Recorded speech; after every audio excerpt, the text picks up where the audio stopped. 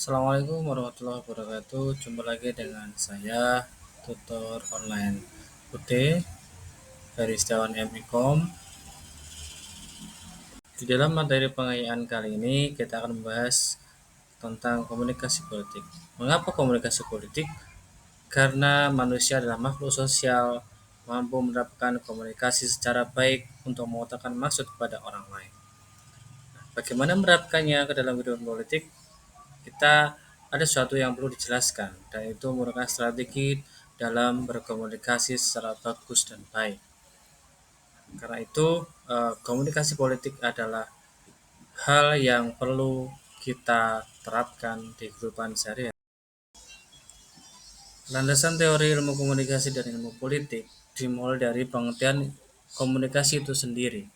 Komunikasi adalah proses penyampaian pesan oleh seorang kepada orang lain untuk memberitahu pendapat, perilaku baik langsung maupun tidak langsung.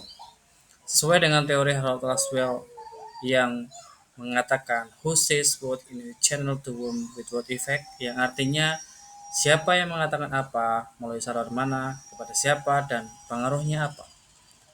Wilbur Scrum juga menyatakan saling berbagi informasi, gagasan, atau sikap.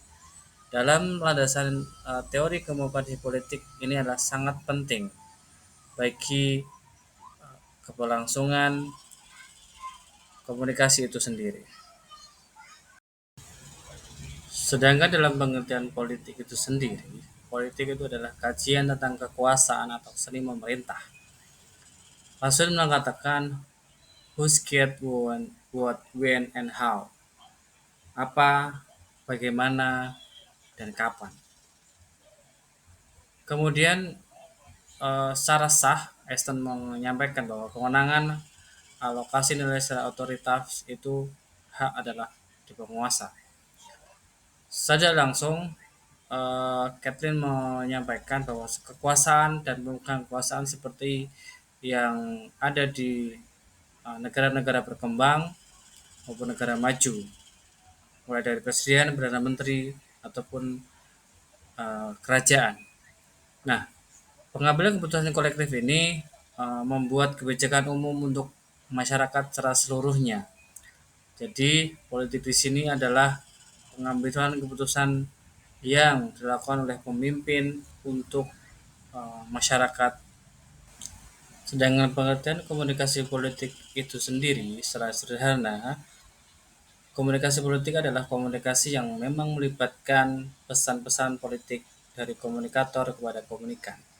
Melalui apa? Melalui media massa untuk mencapai efek yang diharapkan, sehingga memperoleh feedback. Ya tentunya kalau di sini adalah society atau masyarakat. Gabriel Allman mengatakan komunikasi politik adalah salah satu fungsi yang selalu ada dalam setiap sistem politik, sistem partai, ataupun yang lain sebagainya. Kemudian fungsi komunikasi politik pada hakikatnya berfungsi sebagai jembatan penghubung antara suprastruktur dan infrastruktur yang bersifat interdependensi dalam ruang lingkup negara. Komunikasi ini bersifat timbal balik, jadi antara masyarakat kemudian dengan presiden atau perdana menteri ataupun sebaliknya, saling merespon sehingga mencapai saling pengertian dan diprioritaskan sebesar-besarnya untuk kepentingan rakyat. Pola-pola komunikasi politik, mulai yang pertama adalah pola komunikasi vertikal atau top down dari pemimpin pemerintah kepada rakyat yang dipimpin. Selanjutnya yang kedua adalah pola komunikasi horizontal antara individu dengan individu, kelompok dengan kelompok. Yang ketiga, pola komunikasi formal, komunikasi melalui jalur organisasi formal, LSM maupun parpol.